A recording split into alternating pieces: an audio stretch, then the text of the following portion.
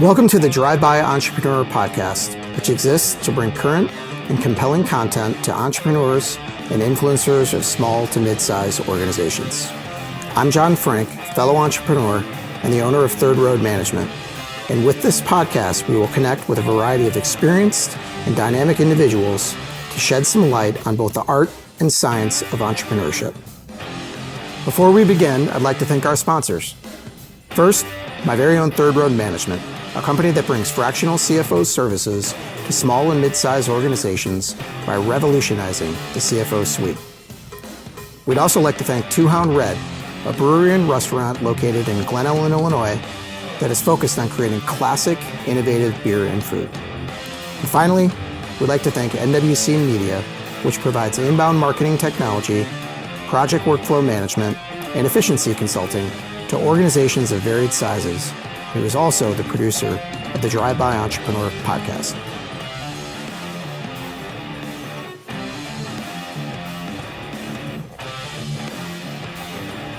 All right, Joe Fontana, welcome to the pod. Great to have you on here. Thanks for having us. Yeah, absolutely. I love it. I am really excited to dive in because there's so many notes to hit on from just entrepreneurship in general, but restaurant business is a little bit unique compared to other guests we've had in the past. And just how you started it from scratch and all the things. So excited to dive in. I always start just by prefacing, the mission statement is to bring current and compelling content to entrepreneurs and influencers as small to mid-sized organizations, right? So you and I are entrepreneurs. Most of the guests on the show have been entrepreneurs as well. Awesome. Sometimes the guest will be a subject matter expert in a specific field that entrepreneurs might glean some information from. But the whole idea of it is like, hey, we all have our shared experiences, skills, interests, all that kind of thing.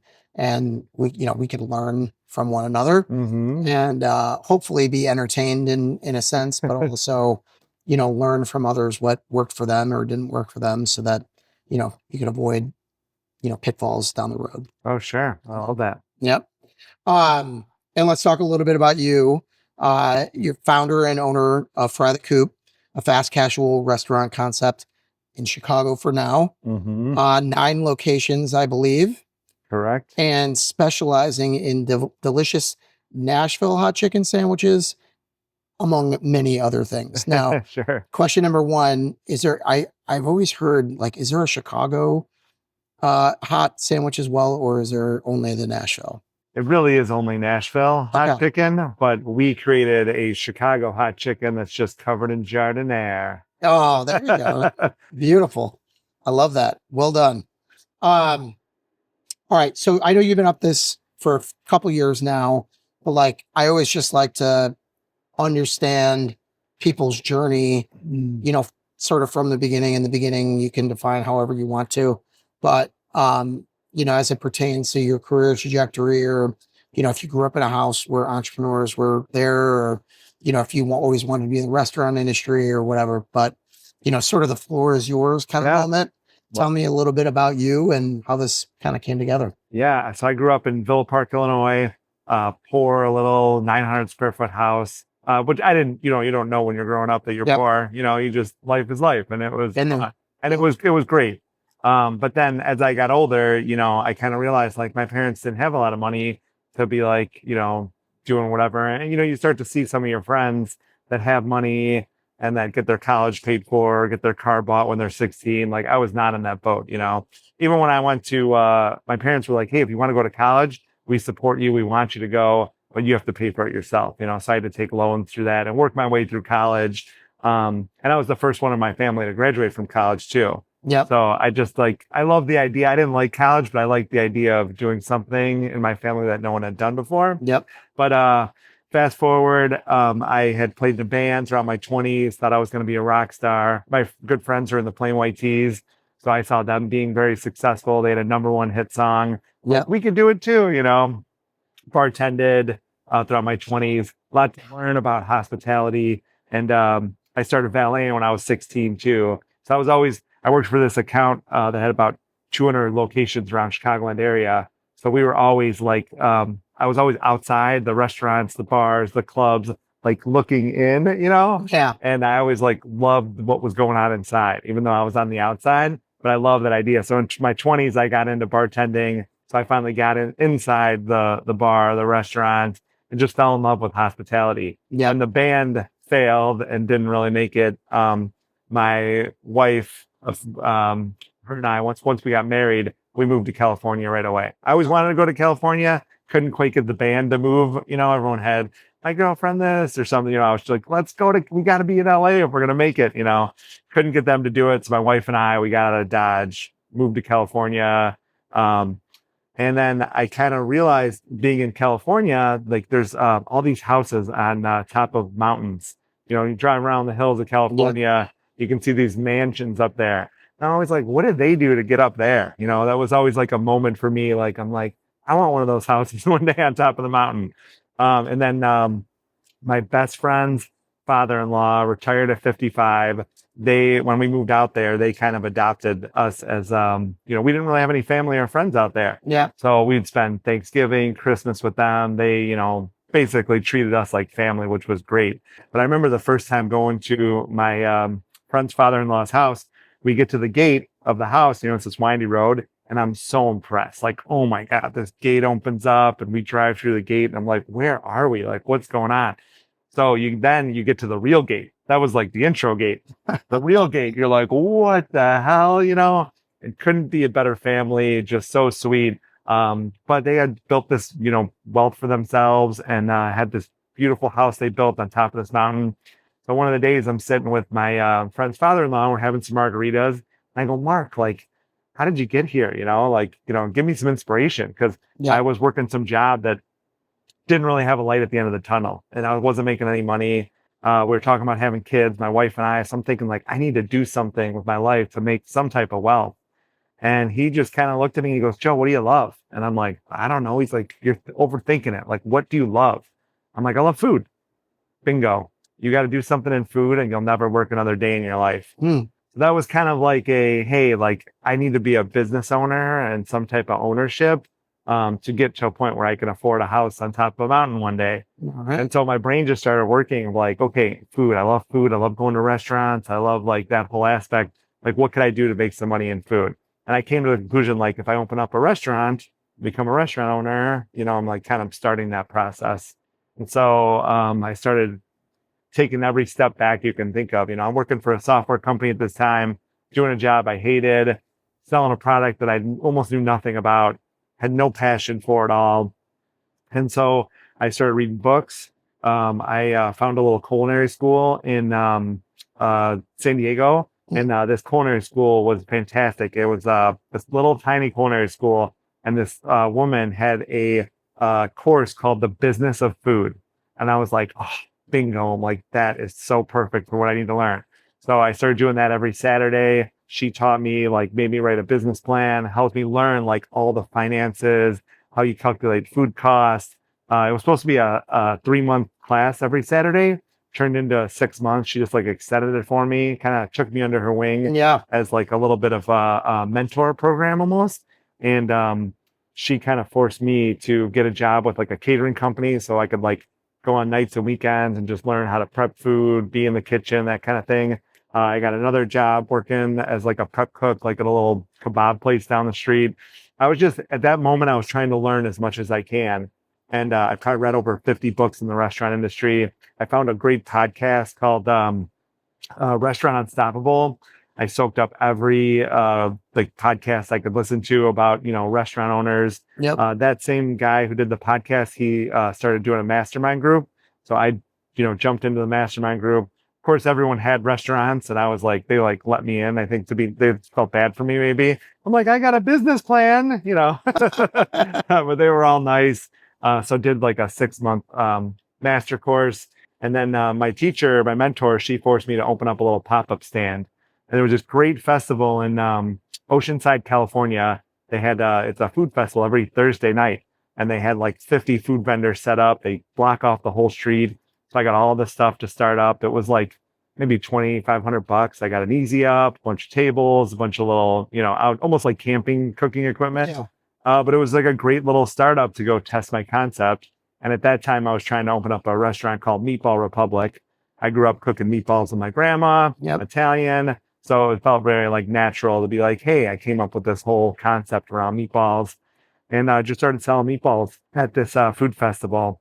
After about a year of doing that, and this was crazy time for me because I'm working at the software company, 7 a.m. to 4 p.m., get out of work, go shop ingredients or go home and prep, then get ready for the festival, go out, set up, sell the food, come home, break everything down, clean everything, wake up for work in the morning. I mean, I was working like 120 hours at that point, but I felt like I was learning.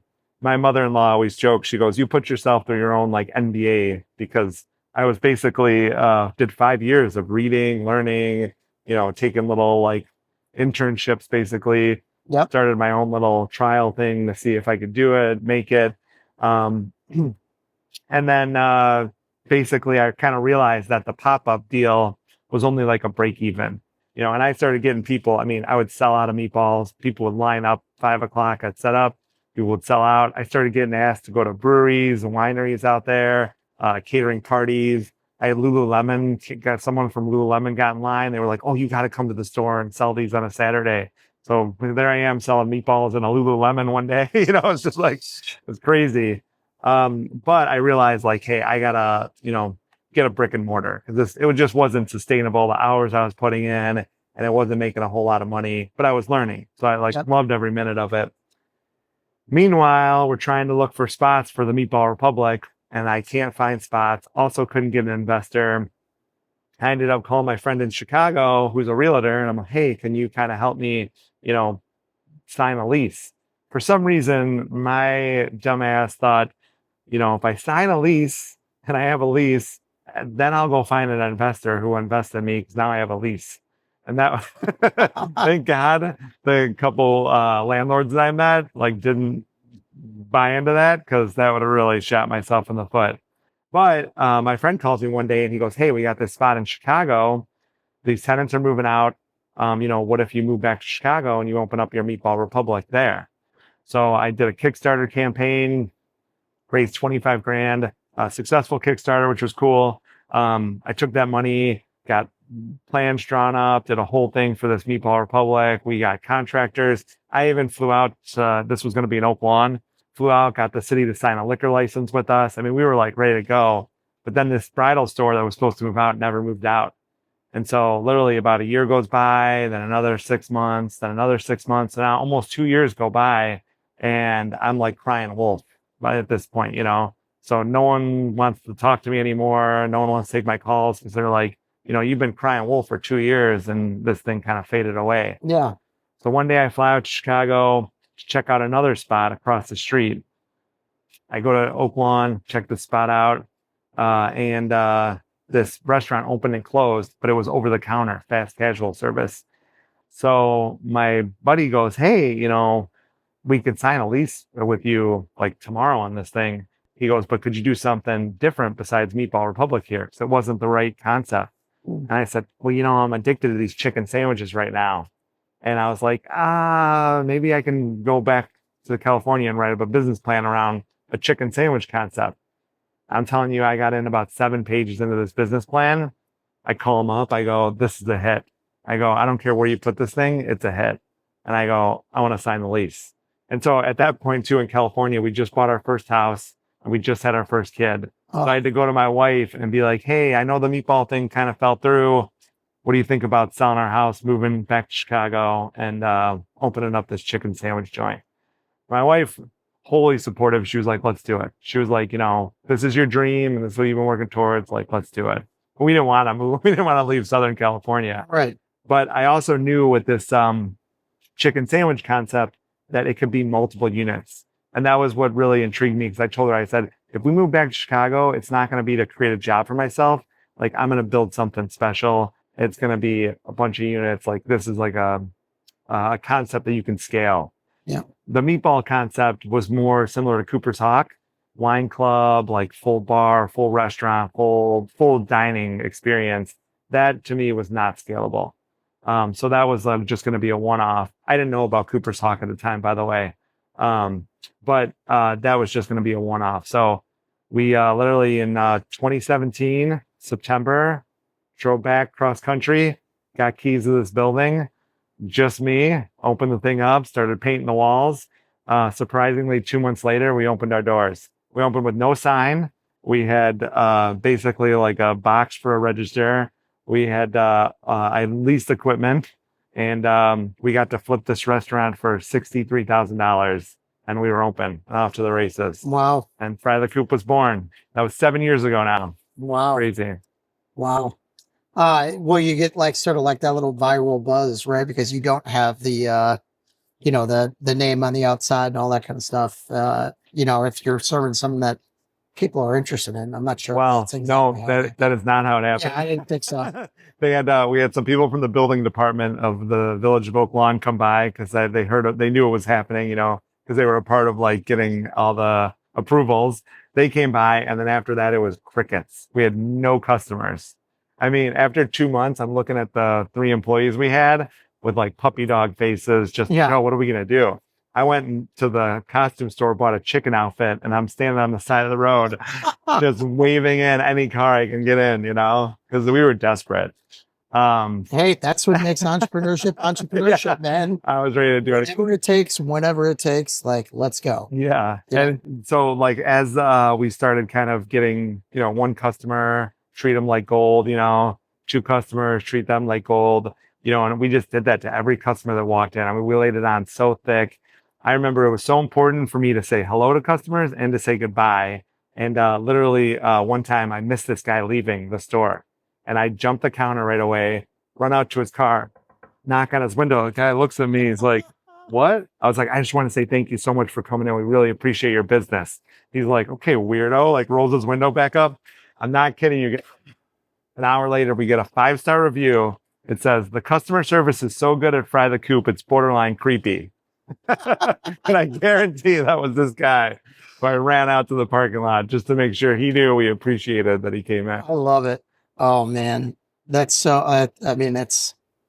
That's amazing. All right, so like let's just jump into a couple of different things. So you start with this one location, right? Mm-hmm. And obviously there's costs associated with it, right? But you have a big dream. Sure. So like a lot of people, myself included, I've never taken on debt. I've never taken on outside money. We've had the fortune of living in a professional services world, right? Rather than someplace that we have to have brick and mortar, have to have equipment, all that kind of thing. You're in a totally different boat. Sure. Right. So how did it start in terms of funding it? Like, were you just able to kind of do it by yourself? And then over the course of time, obviously now 9 locations, things like that.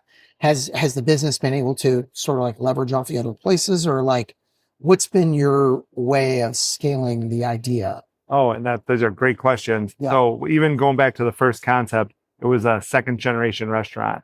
And we took advantage of someone who signed a lease, took $300,000, built this place out, and then failed within the first year. So we swooped in, and they had already kind of remodeled the place. And then they, in the retail world, they call it FF&E, furniture, fixtures, and equipment. And so we go after now spaces that already have that stuff. So then and then since then, like I've remodeled the place a bunch of times in Oak Lawn. We've replaced all the tables and chairs, but we've done it with cash flow. So not with like debt, So I think the nice part is like there was a book that came out years ago called The Lean Startup. And it was basically about start with your, 1.0. And they were kind of referring to software, but it was like, here you got your beta, your 1.0.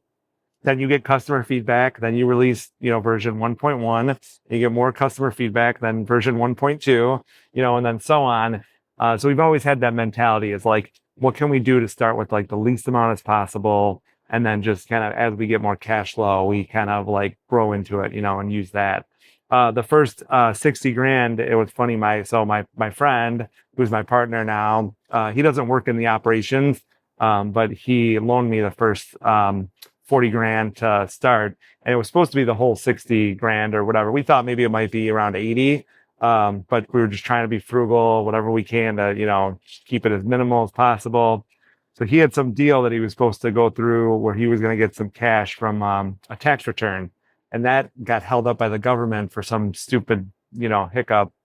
And so he calls me up. He goes, "Hey, I can only give you 40 grand." I was like, "Really? What? But I need more. Like, what are you going to do?" So I called my mom, and my mom made a nice living for herself now. But at the time, I go, "How much money you got?" She goes, "I got 21 grand in the bank." I go, "I need all of it." She's like, "What?" What a good son. I promise I'll pay it back. And thankfully, after like 3 months, I was able to pay her back. She got paid back first.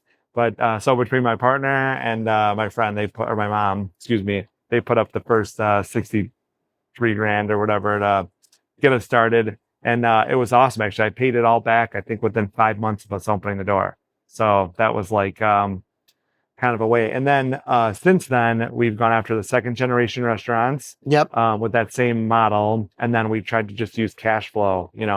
I got a hold of a book called Profit First. Yep. And now the whole Profit First model was basically like you allocate a certain profitability, and then you have these like buckets. Remember the old envelope system that maybe your grandma had? Yeah, sure. You get paid and you put, $30 for the electric bill and you put $500 for the rent in there. So then at the end of the month, you have all these envelopes with different cash, and then you can take that cash and use it, Well, I did that same system with bank accounts. So I opened up like 10 bank accounts, and one was for rent, one was for sales tax, one was for, labor, and so I had all these little buckets set up. And then every time we would get cash flow in, I was doing daily cash flow allocations. So I knew, 10%'s got to go towards rent. 5%'s got to go towards, tips that we have to pay out every month, So I literally broke it down, and every day doing cash flow allocation, I filled up those envelopes. What was nice, when we went to go open up our second location, I had like 80 grand sitting in one of those envelopes that I could pull from. And then we've always done it like a loan from ourselves. So I think our second location cost 82 grand, maybe 85 grand to build out. And we borrowed 450 of it from ourselves, maybe from the company. And then that location was responsible for paying back, ourselves in a sense. So that just, all the money that second location made for the first 6 months just went to go pay back ourselves, but it went back in that same, bucket, and then so on and so on, Got it. So you've been able to leverage and scale the restaurants based upon the cash flow of the restaurants that are stood up already. 100%. Yeah. And we just kept saving and saving and saving. But then we got into our Prospect Heights store, which was a total gut job, but we got an SBA loan to do that one, which was great, because then really the business out of that store had to come up with maybe 85 grand, out of our loans. And then the rest was just we bought the building and did that under an SBA loan, which is cool. So now we own the real estate for that. And then we did the same kind of loan principle, but once we paid ourselves back, the business kind of cash flows. And now we just have this mortgage that we're paying down. Got it. That's wonderful. Yeah, I think a lot of people, I don't know. I have this sort of, a lot of people want to do it quickly. Mm-hmm. Right. And like you think about like, the venture community or, something like that, is there, people want to raise money fast because they want to go. I think that's a way to do it, but another way to do it is kind of what you talked about, like, just in terms of like, hey, you're a student, you know what I mean? The first time you have, a child, you bring that child home, you don't necessarily know what to do. You're going to read the books and things like that, but it's an opportunity for you to tinker with the business, figure out what works, what doesn't work, right? And then grow from there. And every time you do it, you get better and better and better. And, like you wake up and there's 9, and one day you wake up and hopefully there's 90 or 900. 100%. Right. And it's true, because like, I think some of these concepts, especially in the restaurant business, they open up one location and they're like, we're ready to franchise. And they put up on their website, we're going to franchise 1,000 of these in the next 5 years. It's like, that is not reasonable. A lot of the really smart people that franchise, Five Guys is a great example. They were in business for 17 years and they opened up 5 locations. So they perfected the concept over those 17 years before they franchised. And I think in the first year, they signed up like 3,500 franchises. Yep. I mean, and that's crazy, but that was like 17 years then being an overnight success. But they had already dialed in all the kind of like tidbits, Yep. We're 7 years in, 9 locations, over 200 employees.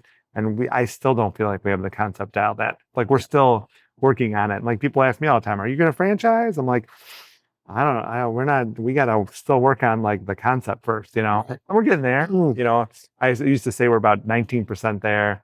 Now I feel like we're about 50% there. Right. So we're getting. Yeah, I know how that works. I mean, you don't like, it just takes time. You know what I mean? Yeah. And you don't want to necessarily reproduce something that isn't fundamentally like ready to run fast. You know what I mean? Because the barriers operationally will inevitably rear their heads. Oh, sure. You know what I mean? With these franchise owners, in the case of what you were talking about there, and in a way that it'll blow up in your face if you don't have it like completely dialed in. Yeah, you got to be lock, stock, and smoking barrels before you do that. So that's topic number 2 I wanted to hit on is just like, I was going through the exercise of, trying to run your business for a second, like in my head. Sure. Yeah. You know what I mean? Yeah. Like, I'm like, okay, let me think about what a day looks like. You know what I mean? You're going to have a dishwasher calling on Tuesday, by the way. Oh my gosh. I like literally started thinking about like staffing, right? Like high turnover positions, generally speaking, not always the case, but like my gut instinct would be like, you're just got to be constantly interviewing people and whatever, the product consistency. How do you get it right? Not just within one store, but within multiple, restaurants, logistics. How are you getting everything where it needs to be? Like all that kind of stuff. You're going to start giving me anxiety here. Well, no, I mean, I think that the important thing is, you said you've been at it for 7 years now, right? So, I mean, what are some of the biggest obstacles that you've overcome, and like, how did you get through those ones? Like, yeah, and I think when you go from one store to 2 stores, you realize pretty quickly you can't be in 2 places at once. Yeah, and I kind of knew that and you try to do it at first, because you don't have that much cash for labor, so you work at both stores. And I found myself running back and forth. And we had Oak Lawn, which is south side of Chicago, and then Elm was our second store, which is west side of Chicago. So I'm going back and forth, back and forth, back and forth. And I kind of realized, like, one day I'm pouring sauces, and I got all these, cut little 2-ounce cups. I'm filling up ranch and barbecue, and it took me about 2 hours to fill up all these little cups of sauce for one location. And I'm thinking, gosh, like I am really screwing the pooch here, because like I just wasted 2 hours of my time filling up sauces when I could pay a 16-year-old high school kid to come in and do that, and I could be working on the business. Yep. So it really kind of hit me like I need to really figure out how to give myself off the schedule and start to work on the business. And I had forced myself from once we got to like 3 or 4 locations, I got a little office in Oak Brook, and I just forced myself to go to the office. Like, don't go to the stores. Yeah. Because I tried to challenge myself. Like, it's easy. And I think, some people might not agree with this, but now I think it's super easy to run one restaurant. Yeah. Because if you're there all the time, you can see all the problems. You can be there to correct it. You can make sure everything's perfect. You can fix things, But now try to run a great restaurant and never show up, never be there at all. That is super challenging. Yep. Because you got customers coming in every day, and especially in Chicago market, but probably America in general, people want it fast, hot, fresh, cheap, and perfect every time. And with perfect service. Yeah. And perfect service. So we literally, like, I challenged myself to try to run the business from an office and see how good we can get it. And I knew it was never going to be perfect when you're not there every day, but if we can get it as close to perfect and set the bar really high. So I think it comes down to standards, setting the standards really, really high. And then you have to keep pushing the envelope. One of my favorite books is called Setting the Table. And it's by Danny Meyer, who's kind of the godfather of restaurateurs in New York City. He's the guy who started Shake Shack. So Shake Shack's probably the most famous thing. But one day after his first restaurant, he's all pissed off. I think it's like 9 years later in the book. And he, another restaurant guy comes in. He goes, Danny, what are you so mad about? He goes, well, no one's listening to what I'm saying. And they're doing this and they're doing that. And he goes, dude, you're screwing up. He goes, don't get mad about it. He goes, you're the one who has to set the table. He goes, where do you want your salt shaker to be? He goes, well, I want it right here in the middle of the table, the pepper and the salt right there. He goes, great. He goes, I'm the staff. They're going to constantly do this. They're going to constantly put the salt shaker there. They're going to put it here. They're going to put it everywhere it shouldn't be. They go, it's your job to just constant gentle pressure and get the salt shaker back to the middle of the table. Yeah. And so even now with 9 restaurants, it seemed simple going from 1 to 5, now going from 5 to 10, it's the systems. How do you make the SOPs? How do you train the SOPs? How do you constantly keep that constant gentle pressure where you have someone showing up, doing checks, making sure the place is clean, constantly talking to, we call them store leaders, the general managers of each store. Yeah. We have a meeting now once a month where all the heads of every store, we all come together. We talk about our challenges. We tell them what's coming up.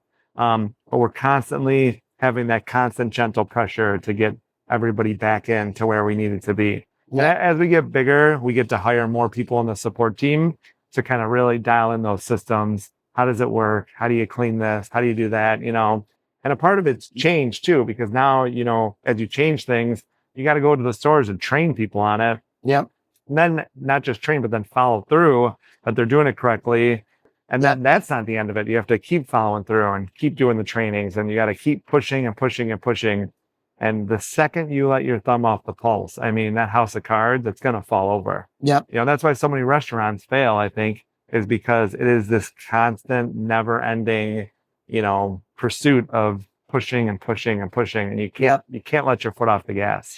Well, and that's also a trap though, because you can't go from 5 to 9, right? Or 9 to 50, restaurants if you don't rely on others. Oh, sure. To be the person applying the pressure, right? Or like, I know you love like leadership books and stuff like that, but like, even as you were saying this, I was thinking about like Patrick Lencioni has got a book, I think it's called The 3 Signs of a Miserable Job. Oh, okay. Right. I'm not familiar with that. Okay. So one of them is what he calls immeasurement, meaning like, if you aren't clear on what you want me to do, how am I supposed to know if I'm doing a good job? Oh, sure. Rather than like just a subjective, hey, attaboy or attagirl, you know what I mean? Yeah. Good day today. And he talked about the importance of having quantifiable measures for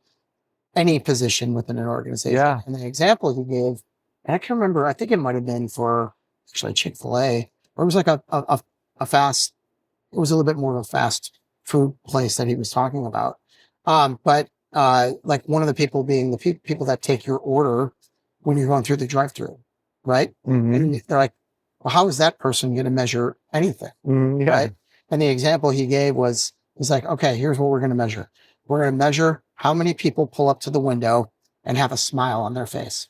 Oh, I love that. Right? Yeah. Because it's like, hey, if you treated them right, you told them a joke, you like whatever, like there's just like little things that you can do. Oh, sure. That informs the behavior of the person doing the act, kind of thing. And then, it's a quantifiable thing, but like, yeah, keeping the standard of service and excellence and it being run the way you would run it if you were there all the time is like really hard to do, but also really important. Really important. Yeah. And I think too, in hospitality, what makes it really tough is you have to run this like military precision of like quantifying everything, tight systems and processes, making everything as black and white as you can possibly do. Yep. But then you throw in like, it's hospitality and it's color. There's so much color involved in the hospitality aspect of it where it's not so black and white, you know, and like the situation comes up with this customer and they want to know about this and that. And so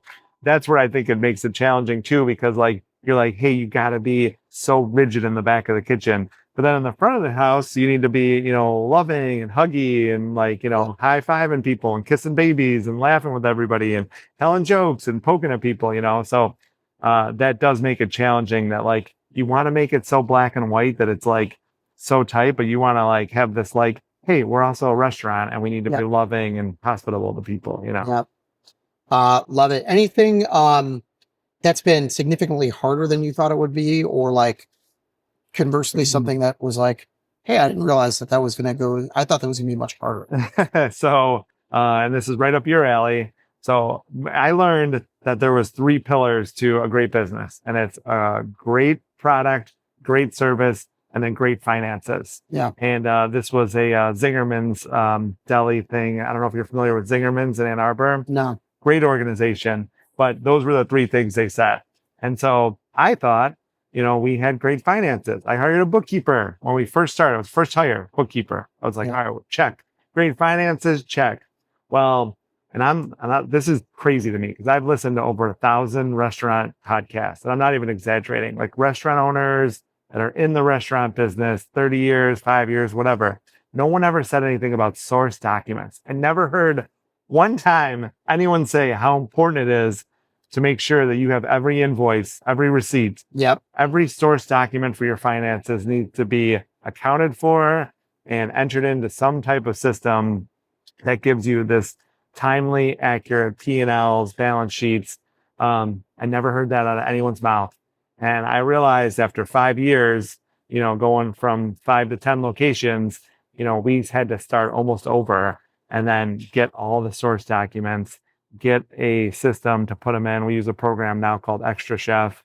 And then, we were in the middle of coming from QuickBooks, which we've been using, a lot of small businesses use. Yep. And now we're ready to get into the big boy accounting software where we're looking at NetSuite and Sage. Yep. I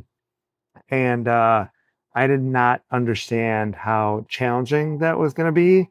Making sure that all those source documents were really tight. Yeah. And then also just like understanding, like, I could have maybe started with NetSuite years ago. Yeah. And it would have been way easier when you've got, less entities, less locations. I mean, right now we have, I think it's 11 entities. We have a commissary. So we make food for the company. We have intercompany invoicing. And, we have a team of, 4 people on our accounting team. Plus we have your company, Third Road, who's now, doing our third party, basically bookkeeping and accounting. Yep. I mean, that is a lot of people involved, not to mention our accountants, so we put an extreme amount of money and budget towards like getting our finances really tight and making sure that we are lock, stock, and smoking barrels on, source documents, the accounting software, trying to get accurate, timely P&Ls, and really getting that process so we can understand. And it comes down to, taxes is one, but also making decisions. If you have tight accounting and finances, it helps you really make decisions a lot better. Yeah. And if you have a very clear, timely, if you have a clear and timely picture of what's going on in your business, you can react to it. Okay, for sure. And then, I would actually add a third leg there: clear and timely, and your processes work. Even purchasing, right? Like the number of people that I've walked in and the way they do their purchasing is, this person purchases it, they send the invoice over here to somewhere else, and then somebody doesn't even enter it into the accounting system. They just have a stack of them, and when they're ready to pay them, they just cut a check. So it never hits accounts payable. But nowhere in that process did somebody validate with the person that purchased it, right? Hey, did you make this purchase? Oh yeah. The quantities match what you purchased, and that's standard for bigger businesses, that procurement process. Sure. But a lot of small to mid-size organizations don't know any better. So they don't know that this is how you do this when, you get up from one place to 2 or 3 or 9, along the way. So the growing pains are, to a degree, sort of expected, but it can be a real bottleneck. Oh, 100%. And if you you're getting in, you're supposed to get 50 pounds of potatoes in. Well, those potatoes are really 45 pounds. Now that's 10% you're getting screwed on. Yeah. And if you don't know that that's not, also too, how do you know if the cost went from $45 a case, then, it's 46. Now all of a sudden it's $96. Yeah. And you're like, whoa. Like, how do you know, and if no one's checking and making sure and following through on that, you could be paying $96 a case when you should have been paying $45 for years. You know what I mean? And you start adding that money back. That's a lot of cash that just gets willy-nilly out the window, And in our example there, the procurement person's going, oh, I thought somebody told this person. And I'm just, and then that person's like, why didn't accounting say anything? Totally. Like all that. Yeah. It just, that's why, again, from a process and procedure perspective, it's got to be done right. You know what I mean? Yeah. And, all things in accounting in general, like you want good internal controls is the terminology in accounting world.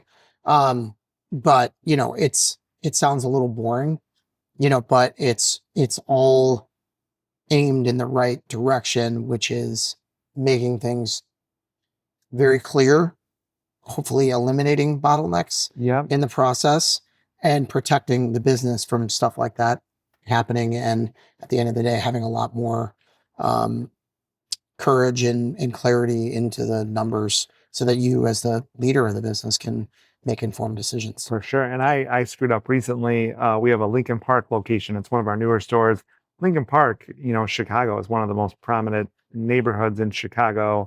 And one of the original neighborhoods in Chicago. We're on this like crazy awesome intersection, but sales have been down lately. And it's a small location. We have 3 little booths in there. So a lot of to-go food.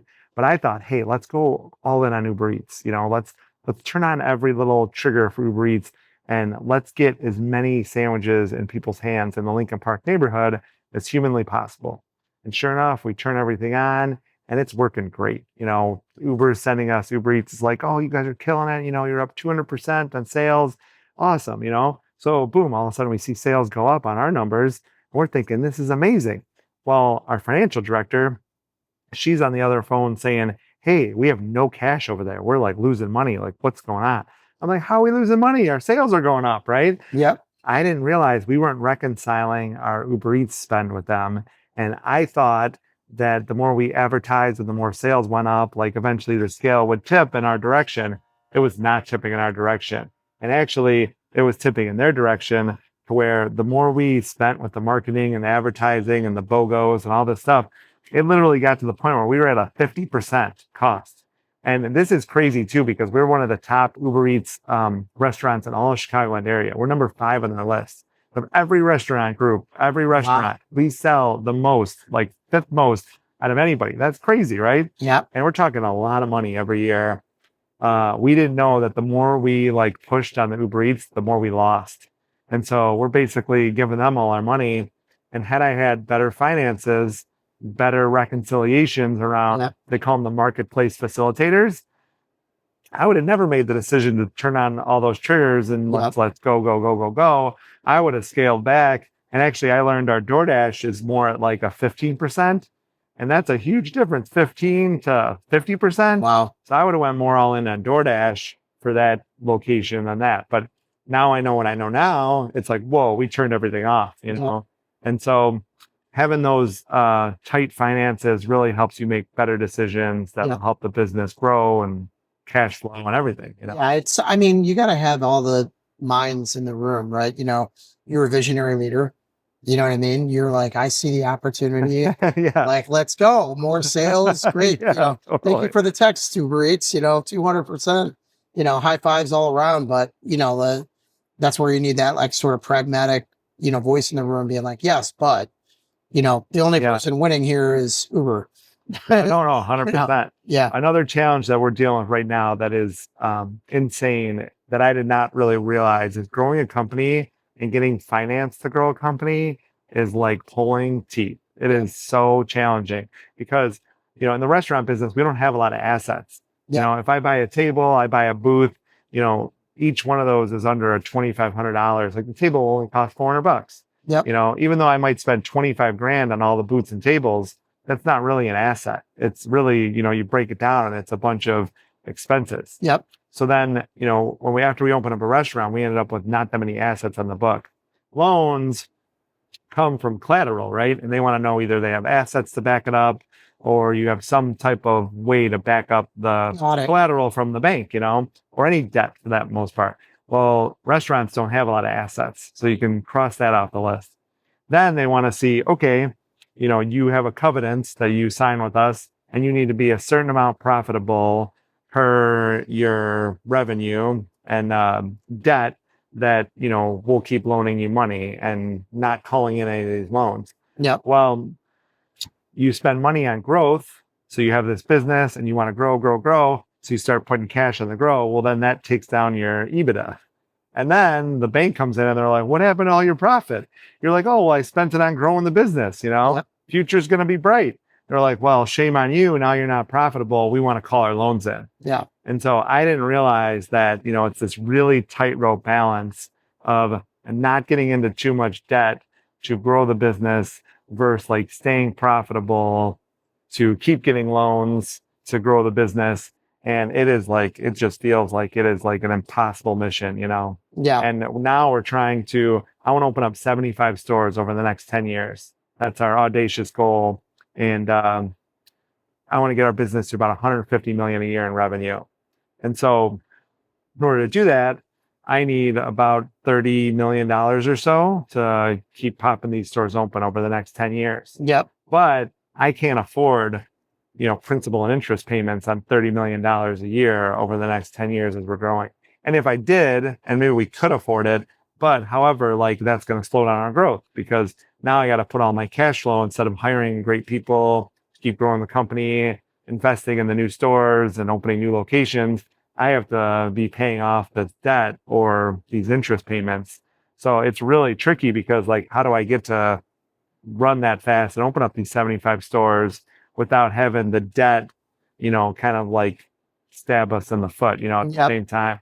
So It's been really, really tricky, and we're trying to figure out how we can kind of get to that level so we can start running pretty soon, because I would like to get open about 4 to 8 stores a year. Maybe it's 3 next year, 4 the year after that, but then get up to 6 stores, then 8, hopefully, and I want to start paying them out, Yep. So it's pretty tricky. Yeah.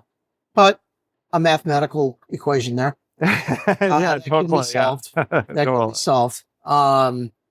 We could talk more about that. You hit a little bit about just a third point. You hit on franchising a little bit, and I do think that that's where everybody's head naturally goes, right? Because everybody's just used to restaurant concepts that if there are many of them, the presumption is, well, that's the way you do it. Right? Yeah. Oh, yeah. It's not, you don't have to do it that way. So I'm just curious, you haven't pursued it thus far.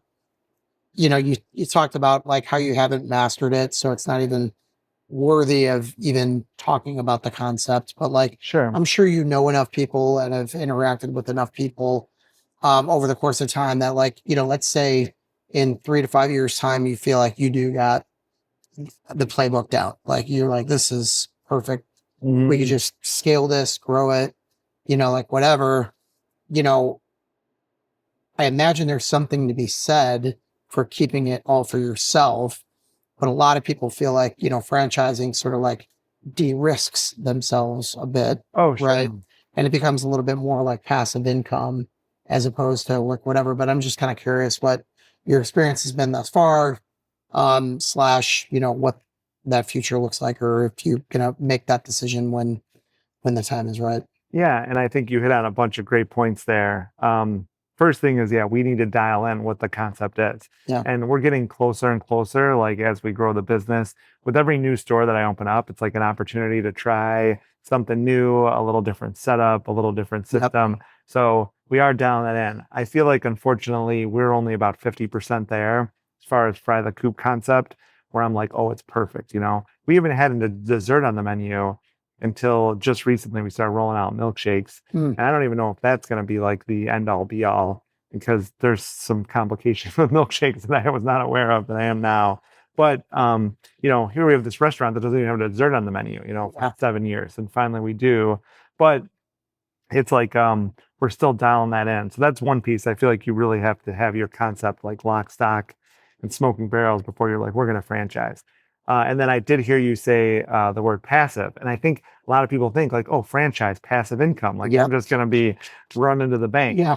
That is not the I'm case. just going to wake up every day in my robe, exactly. walk down to the mailbox and get the checks. 100%. And that is not the case. I know. Opening up a franchise company is like opening up a whole separate business. You might as well get a separate lease, a separate building, a separate office for just franchising, because you almost have to think about it like completely separate. Like there's a group that runs the restaurants, and then we would open up a whole nother company, LLC. And then in order to make sure that you have your franchisees successful, the franchisor has to be there to support them. When they're crying their eyes out at 2:00 in the morning and their, revenue's down and they don't have enough money to pay the linen guy and whatever, you got to be there to pick up the phone to talk them through that and walk them through that and train them and support them and be there for them and help market. And, there's this whole aspect that I think people just think in their head, oh, I'm just going to franchise and life will be good. Yeah. It's like, no, you have to work at it. That money's not just free, and then the more you put energy towards that, I think the more the franchisees will be successful. And that's good for everybody, right? Because now they're successful. They might open up more stores. You're going to get more money because their revenue is going to go up. But it's not something set and forget it. You got to work really, really hard. Yeah. And you could probably think of, and me too, a ton of examples where a group was like, we're going to franchise. You see all these stores open up, and then pretty quickly they all kind of close and fail out. Yep. As far as we go, the reason I worked backwards, because to take a company public, you have to have, you don't have to, but it's a good parameter to be around 25 million in EBITDA. So if you can have your company making $25 million in EBITDA, you can take your company public. And so for us to get to that level, we'd have to have 150 million in revenue. If I do 2 million a store, I open up 75 stores, I'll get to 150 million in revenue. 15% profitable would be our 25 million EBITDA. If I can run that as a business and own our market, that's another piece of this, is that, I want to own the Chicagoland area as far as Fry the Coop goes. Yeah. Like if we do franchise or ever do open up the door for franchise, it would be outside of Chicagoland area. Like I want to dial in our system, our company here. And there's a great book called Small Giants. And so that's what I want to do first, is like open up this little small giant. There'll be this great $150 million a year business. And then, maybe then we bring on some private equity or a family office or somebody, maybe it's a strategic partner that comes in. They say, okay, great. Look what you guys did. You guys own Chicago. Everybody knows you in the country. Like you fly into Chicago, you got to get Fry the Coop for, before you leave. Yep. That kind of thing. And then it would be like, hey, let's now open this up to a franchise program, develop it, open up that separate office, and then, sell them all over the country, but then support them. And I think too, that's also like a great, like value add to any private equity or someone coming in to either acquire us or to, partner to grow the business, nationwide, would be like around, that, oh, these guys don't even franchise, like, holy cow, they own all their locations. So maybe that would happen, but there's a lot of cases too, like, what is it? Not PF Chang's, Panda Express, they have like 4,000 locations. They're owned by one family, still owned, Raising Cane's too. They went and franchised about 60 stores at one point, and they ended up scaling it back. And he took 2 years to go around the country and buy the stores back, because they franchised it and the franchise wasn't going well. Mm-hmm. They were kind of ruining the name of the brand, trying to ruin it into the ground. So I think those guys kind of realized like, franchise thing is not for us, and let's scale it back. And they do a little franchising now, like out internationally. So I think they probably could pull it off now, but they decided like, hey, this model's so that we just want to own it all, Wow. So that's a little, it just depends. There's two different business models, but I think for the next 10 years, we want to own all our stores, create a little small giant in Chicago. And then if all goes well, maybe we would franchise, All right. I love it. Super, super interesting. Like I said at the outset, I think that there's a ton of information to glean here. People are always curious about restaurant businesses in general. Everybody eats, Yeah. right? Not everybody, Totally. not everybody buys, fractional CFO and accounting services, but everybody eats, right? Yeah. And so everybody, is, I think, naturally curious about like, hey, how did that start? You know what I mean? And you're definitely at the point where it's like, in Chicagoland, people know the name Fry the Coop. Yeah, we're getting there. Yeah, you're getting there. I mean, and you're on your way. And I think anybody that's from Chicago will look at that and say, well, shoot, if you're at 9 now, getting to 25 or whatever the number is, like that's not a huge stretch. Sure. You know what I mean? Yeah, because if it works here, it should work there, and all the things. So I'm excited for you guys. I mean, I think it's going to be. Yeah, thank you. I think it's going to be awesome. You just got to keep grinding, and yeah, 100%. Every day's new, right? All right. We always have 3 final questions. All right. This is just fun. This is not business talk. But first question is top 3 rock and roll bands of all time. All right. I always disclose if you're not a rock and roll person, that's fine. But for you, I know you said you were a musician though. Yeah. So, musician. Okay. Played for 10 years. And first of all, what was the name of the band and what position did you play? I was a guitar player, and it was a punk band called Michael Lane. Michael Lane. Yeah. Michael Lane. Lead guitar? No, kind of like rhythm. I was like the heart and soul of the band, pretty much. Can't sing for the life of me, but I was jamming out. Yeah. I was the guy jumping around stage kind of thing. Okay. All right. Oh, God. So top 3, I would have to say Ramones, my punk rock background. Yep. They had a huge impact on, I think, the punk scene, going back in the 80s. Sure. Nirvana was, growing up, Nirvana was like, just freaking. And then now I've actually got into like classic rock and roll, maybe you'd call it. But AC/DC is like, I think when you start going through all the AC/DC songs, it's like you can't help start being like, let's go, This is 2 shoots in a row that somebody has said AC/DC. Oh, yeah. How about them apples? We just did, we redid our playlist at the restaurants. And I started going through AC/DC. We have like at our, 20 hours of music, like 7 of them are AC/DC now. So that is awesome. I'm in. Annual holiday. Which annual holiday is the best one for you? Oh, and it could be anything that you just enjoy. Comes around one time a year. So Christmas was always really special in my family. Yep. At my grandma's house, she lived in Island Lake, Illinois, on a lake. It's about an hour, northwest of here. And the whole family all slept over on Christmas Eve. And then I knew about this as a kid, but it didn't dawn on me until now I have kids, like how crazy this is. But everyone stayed up till midnight. We opened presents. Everybody opened presents at midnight on Christmas Day. Okay. So we all slept over there. There'd be like 40, 50 of us all at my grandma's house. This is back in the day. Everyone's smoking cigarettes, drinking coffee. And come midnight, everyone opens up presents. It was just such a great moment. My drunk uncle, he'd be dressed up as Santa. Everyone knew it was him. You could smell the booze on his breath. So and at the restaurant, we actually closed Christmas Eve and Christmas Day at all of our stores, just because I think it's like such a great time to be with your family, have a couple days off. In the restaurant, we're open 365 days a year, so to have a couple days off where you can just be with your family. We'd probably crush it on Christmas Eve, if we stayed open. We'd probably be busy, but I'll forego the cash and just everyone gets the day off. Yeah, we'll enjoy. Thank we're you. coming up on it as of the date of this shoot. All right, and then I think I might know a little bit about this answer, but if you weren't doing what you're currently doing from work, completely unrelated career that you can see yourself enjoying and thriving in, rock star being one of them. No, actually, I don't think I want to do it anymore. No? All right. Yeah.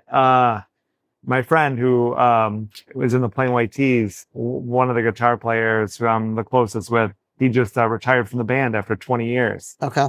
And I can kind of see the lifestyle of going traveling, and touring. And, one day we drop him off at the airport. He had to play a show in Vegas.